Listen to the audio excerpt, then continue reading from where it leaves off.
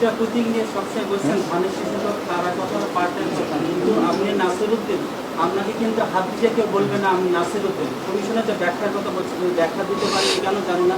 সংবিধানে যদি 4-3 ধারা বলেন, 4-7 ধারায় বলেন যে এটা এখানে স্পষ্ট করা আছে যে প্রতীক, এটা প্রধানমন্ত্রী রাষ্ট্রপতির শব্দ দপ্তরে এটাকে ব্যবহারে যখন কখনো পিছনে থাকে, সংসদের সামনে সামলাটা থাকে, যখন প্রতীক হিসাবে আসবে তখন পায় সেটাকে ব্যানার করে একটু বাইরে থাকবে।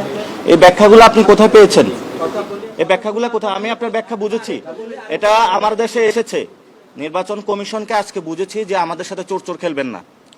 আপনি যদি ব্যাখ্যা দিতে হয়, কোনো আপনার রিজনিং থাকে, এটা আমাদেরকে বলবেন। আপনার আমার দেশে ফোন দিয়ে নথি সাপ্লাই করে ওইখানে নিউজ পাবলিশের দরকার নাই। আর এখানে অনেক বিভিন্ন সাংবাদিক থেকে শুরু করে অনেকের মুখে তারা এই প্রশ্নটা দিতে চাচ্ছে। এই প্রশ্নটা আপনারা যদি সাংবাদিকতা করেন, আপনারা যারা এই বিটে রয়েছেন, এখানে অনেক বিজ্ঞজন সাংবাদিক রয়েছেন, তারা এটা নিয়ে পড়াশোনা করতেছেন। প্রতীক যখন বলবে, সে প্রতীকের মধ্যে অনেক তারা রয়েছে, ধানও রয়েছে এবং শাপলা রয়েছে।